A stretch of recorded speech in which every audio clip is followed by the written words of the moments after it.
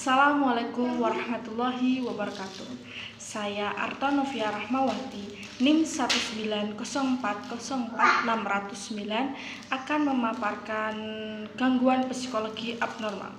Yang pertama yaitu gangguan kecemasan, yaitu munculnya rasa cemas atau khawatir yang berlebihan dan tidak terkendali. Jenis-jenis gangguan kecemasan diantaranya ada gangguan fobia, gangguan panik, gangguan obsesif kompulsif, gangguan kecemasan sosial, gangguan kecemasan umum, dan gangguan stres panca trauma. Yang kedua yaitu gangguan disosiatif, yaitu adanya perubahan terkait identitas, memori, serta kesadaran individu kepribadian ganda. Jenisnya ada amnesia disosiatif, fugne disosiatif, gangguan depersonalisasi, terus gangguan identitas disosiatif. Kemudian ada gangguan somatoform, yaitu sakit dikarenakan stres namun tidak nampak ketika penerimaan fisik. Jenisnya ada gangguan somatisasi, yang kedua gangguan konferensi, yang ketiga ada gangguan hipokondriati, yang keempat ada disformik tubuh. Selanjutnya itu ada gangguan mood, yaitu naik turunnya suasana hati.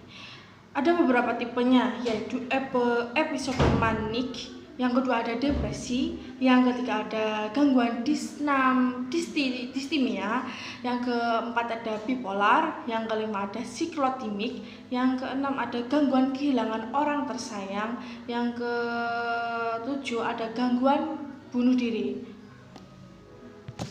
Selanjutnya yaitu ada gangguan zat aktif, di mana zat aktif itu adalah bahan yang menyebabkan adiksi atau ketergantungan yang membahayakan kesehatan, dengan ditandai adalah perubahan perilaku, kognitif, fenomena fisiologis, keinginan kuat untuk mengkonsumsi bahan tersebut, lalu kita menjadi kesulitan mengendalikan kegunaannya.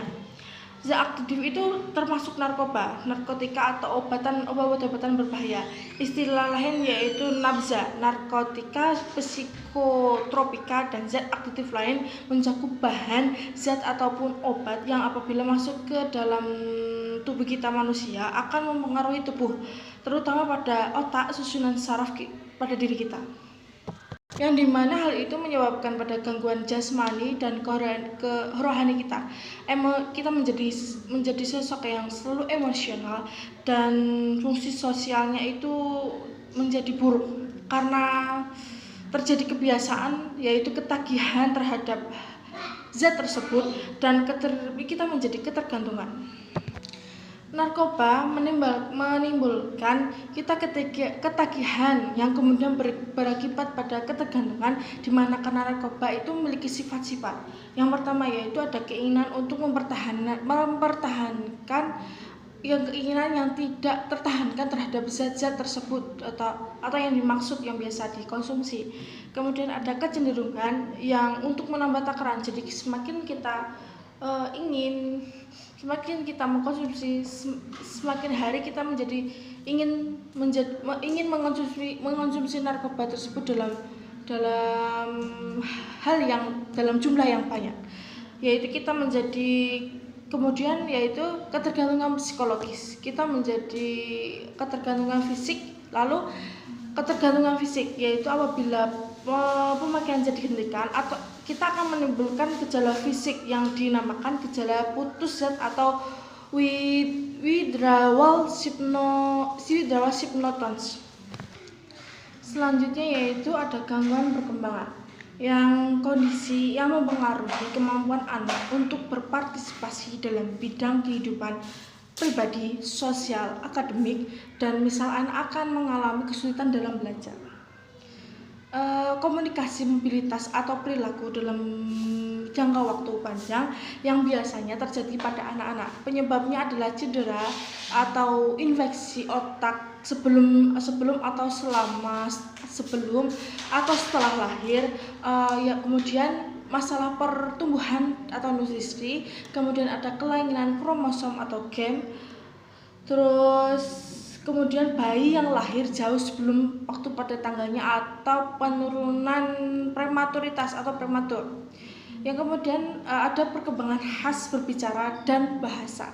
Gangguan bicara ditandai dengan kesulitan dalam aktualisasi kata-kata. Yang pertama yaitu ada apraksia of speech atau kesulitan berbicara.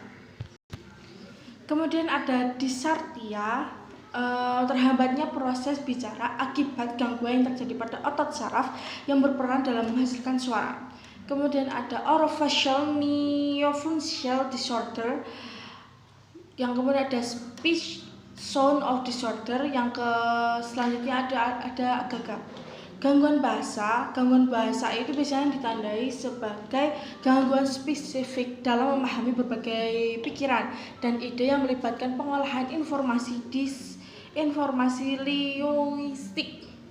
Yang pertama yaitu ada specific language impairment, yang kedua yaitu ada selective mutism, kemudian ada aphasia, gangguan perkembangan belajar khas, gangguan di mana kondisi di otak yang menyebabkan kesulitan dalam memahami atau proses konfirmasi.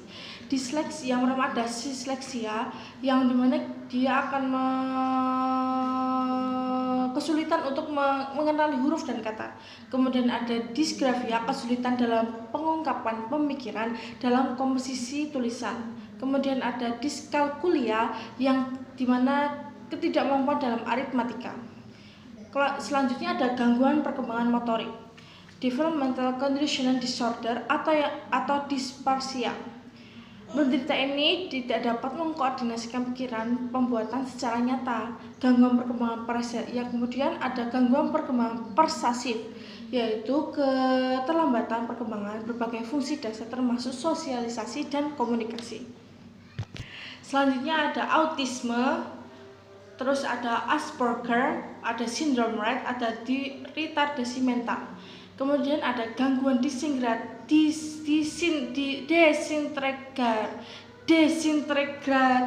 anak atau sindrom Heller, yang dimana anak tumbuh normal sampai usia 3-4 tahun, kemudian kehilangan sejumlah aspek dalam beberapa bulan berikutnya seperti aspek bahasa, sosial, motorik, dan mental. Gangguan kognitif, yaitu gangguan yang kaitannya erat dengan otak. Gangguan kognitif ini merupakan sebuah maladiktif yang ditandai dengan adanya gangguan daya ingat, disorientasi, incoherent, dan salah persepsi, yaitu dimana penurunan perhatian serta sukar berpikir logis.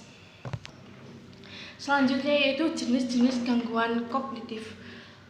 Yang pertama ada delirium, yang kedua ada demensia, yang ketiga ada Alzheimer, yang kelima ada demensia vaskular. Selanjutnya ada gangguan psikofresia, suatu psikosa fungsional dengan gangguan utama pada proses pikir serta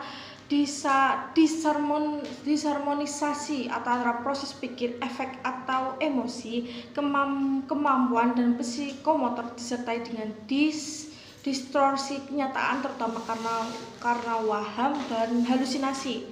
Jenis-jenisnya yaitu ada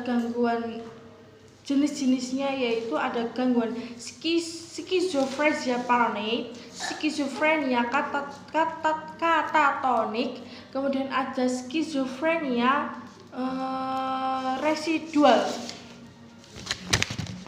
kemudian ada skizofrenia disorganisasi atau skizofrenia hebephonik, kemudian ada skizofrenia tak terbedakan atau tak terperinci undifferentiated. Sekian dari saya, mohon maaf ada kesalahan. Wassalamualaikum warahmatullahi wabarakatuh.